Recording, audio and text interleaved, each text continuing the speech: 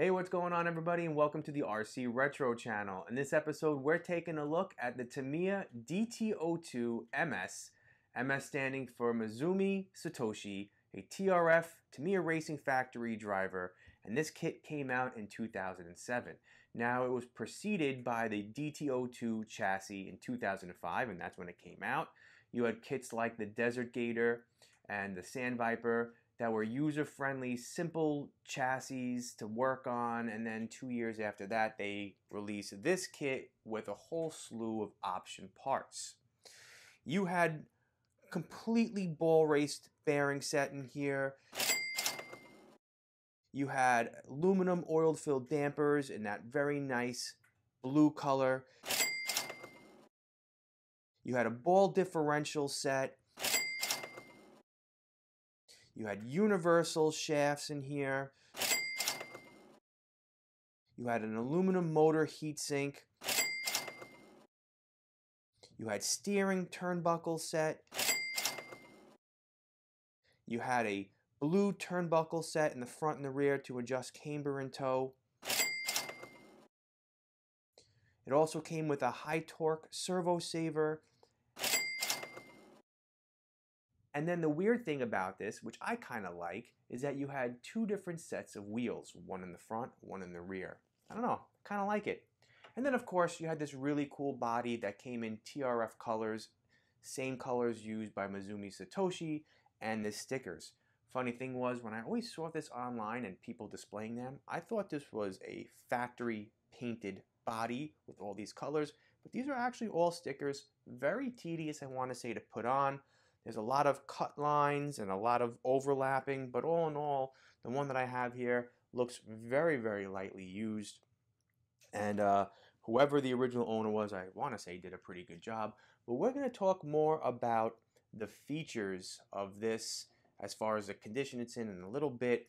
But as I went through all those parts, you probably saw the amount of each part with a little ka-ching going on, just to let you know how much something like this would be if you were to, let's say, buy a Desert Gator or a Sand Viper and hop it up with all those option parts. Now, I don't know necessarily how much this was when it came out in 2007, but I do know that there are people on YouTube who have purchased a Sand Viper and have went out and bought all those option parts and threw it on here. And the price is rather on the high side. So for me, I was fortunate enough to go on to BUGGY and find a, I want to say, lightly used, great condition DT-02 MS. And not only did it come with everything you see here in pretty good condition, but it also came with an additional body that's pretty dope, if I have to say. I kind of like it. You know, at first I was kind of like, online, just coming along for the ride with this, but then now that I'm looking at it in person, it's kind of growing on me, and I really, really like this. And if I do run this, which I plan on later on this year when it gets warmer, I might just run it with this body on here to spare this one. And I really think that's what the original owner of this buggy did, and maybe use this body instead. Because there is Velcro around the chassis, and there's Velcro on here, and this one is not. And like I said, it doesn't even look like this body was really, really used, or maybe just once. So, but all in all, this came in pretty decent shape. I mean, it is heavily scratched up on the bottom of the chassis over here, but the front bumper was replaced. And unknowingly, I actually went ahead when I won this in an auction online. I actually went ahead and ordered a new bumper on here, not even realizing that this bumper is already new. But again, if I was to restore this chassis, new front and rear arms, not a big deal. It's the Sand Viper parts, so those are readily available on eBay, and so are the wheels and the tires on here. So all the plastic parts on here, not very expensive at all, readily available. And after a couple runs, I would like to one day restore this to mint condition, but we'll see what happens in the future. Just a little dirty on the bottom of the chassis as far as the arms. There's some dirt and dust caked on, but not a big deal. I notice there's a little oil on the bottom over here, so this shock back here is probably leaking. I plan on taking it apart and cleaning it out and putting some TDK slime on there just to seal up the O-rings, maybe change out the O-rings. But yeah, don't know what motor is in here. I do know that it did not come with the heat sink, so I'm going to order one of those. I'm assuming that the blue anodized metal motor mount is in there, but when I take out the motor in a little bit, I'll know more for sure. Came with all Sanwa electronics, came with an ESC and a servo, so I'm going to see and test those out and see how they work and maybe use those. But all in all, in really good condition, and I'm really looking forward to getting this up and running and all set up. So this way, in the middle of the spring, when it gets a little bit warmer out, we can get this out for some fun. All right, so I'm going to go take care of all that off camera, and I will be right back, and we'll get this bench tested.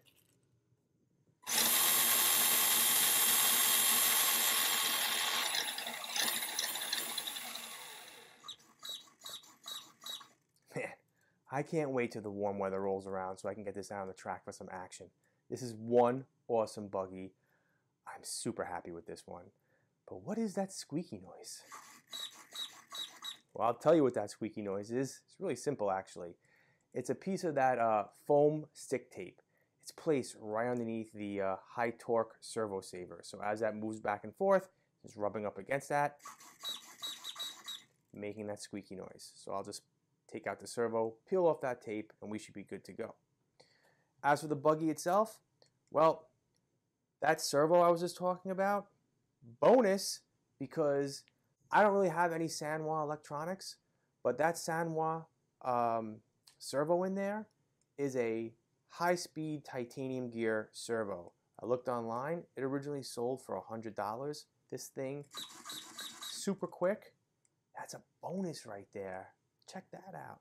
And also came with this Sanwa ESC. I don't have anything against Sanwa, but I just couldn't find the manual online to program this. So I just pulled it out, put a Hobby Wing 1060 ESC in there, and I actually took out the super stock TZ brush motor and replaced it with a BZ brush motor, because I believe the BZ is a brush motor that is made for off-road buggies and trucks, whereas the TZ with a higher RPM is made for on-road. At least that's what I'm getting from what I read on Tamiya base. So that's a little switcheroo right over there.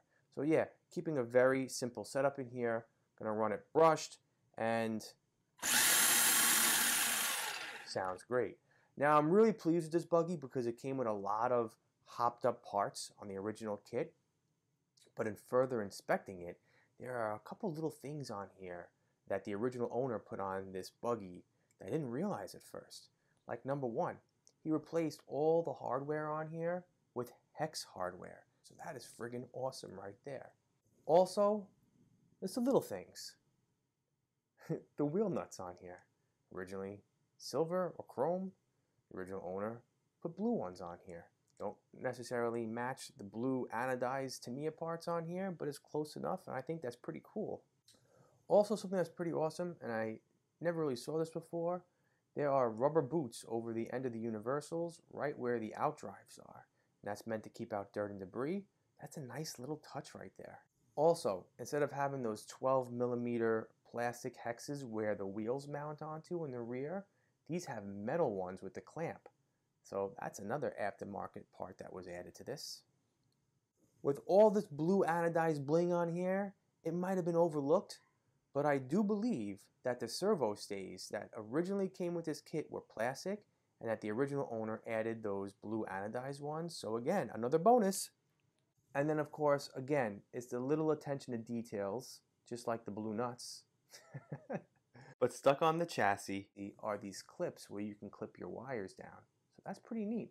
I like that. Good idea. So altogether, between the hop-up options that came with this and then what the original owner added to this, this is one heck of a buggy. I have high expectations for this one heading into the spring when I get out on the track, so I'm really looking forward to this. So with that, keep your eyes peeled for a future running video of this on the track, but until then, just want to thank you for your support. I hope you enjoyed this video on the Tamiya DT-02 MS, and I'll check you all in my next video, alright? Take care now. Let's go, let's go!